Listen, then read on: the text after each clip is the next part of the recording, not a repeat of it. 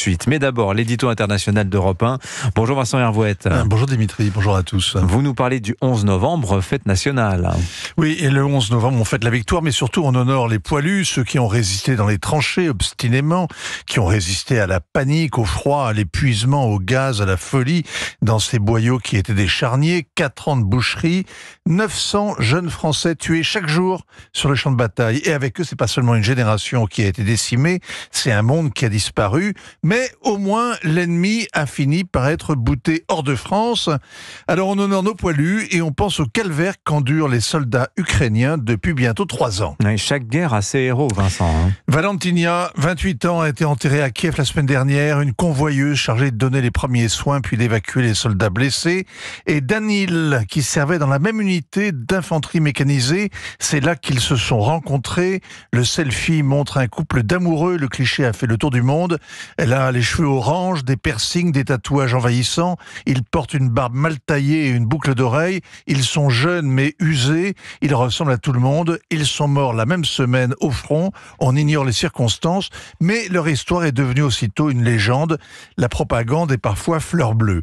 Dans la réalité, l'âge moyen des combattants est de 43 ans. Ce sont des pères de famille qui servent de chair à canon. Pas les jeunes comme en 14-18 où les soldats avaient en moyenne 23-24 ans. L'autre différence, c'est qu'en France, toutes les classes sociales étaient mobilisées. C'est pour ça que la conscription était acceptée. Alors qu'en Ukraine, la corruption permet à toutes sortes de privilégiés de se planquer. Les scandales sont légion. Le dernier en date, il y a 3 semaines, a emporté le procureur général d'Ukraine parce que des magistrats vendaient des fausses attestations d'invalidité. Conséquence, 80% des jeunes Ukrainiens ne veulent pas aller se battre. Au printemps, quand l'âge pour être enrôlé a été abaissé de 27 à 25 ans, 25 000 jeunes se sont enfuis à l'étranger, 18 000 autres ont été arrêtés à la frontière. Les réfractaires ne sont pas mis au banc de la société parce qu'on sait que les nouveaux conscrits mal formés sont décimés dès leur arrivée au front. C'est un propos défaitiste, ça, Vincent.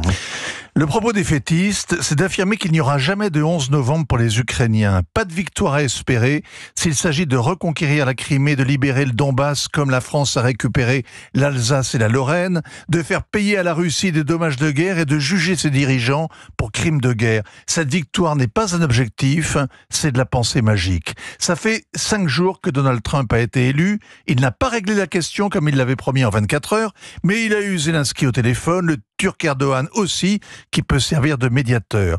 L'Europe assiste médusée à l'accélération de l'histoire. La guerre d'Ukraine s'avère aussi suicidaire pour elle que la guerre de 14, où l'Europe des empires s'est fait harakiri. Joseph Borrell, hier à Kiev, a juré que l'Union européenne ne laisserait pas tomber, comme si elle pouvait financer l'effort de guerre et la reconstruction. Mieux, il y a des Européens béats qui se réjouissent du lâchage de l'Amérique parce qu'il va forcer l'Union à assumer elle-même sa défense. Vous savez à quoi et à qui ce raisonnement plutôt fait penser ? Dites-nous.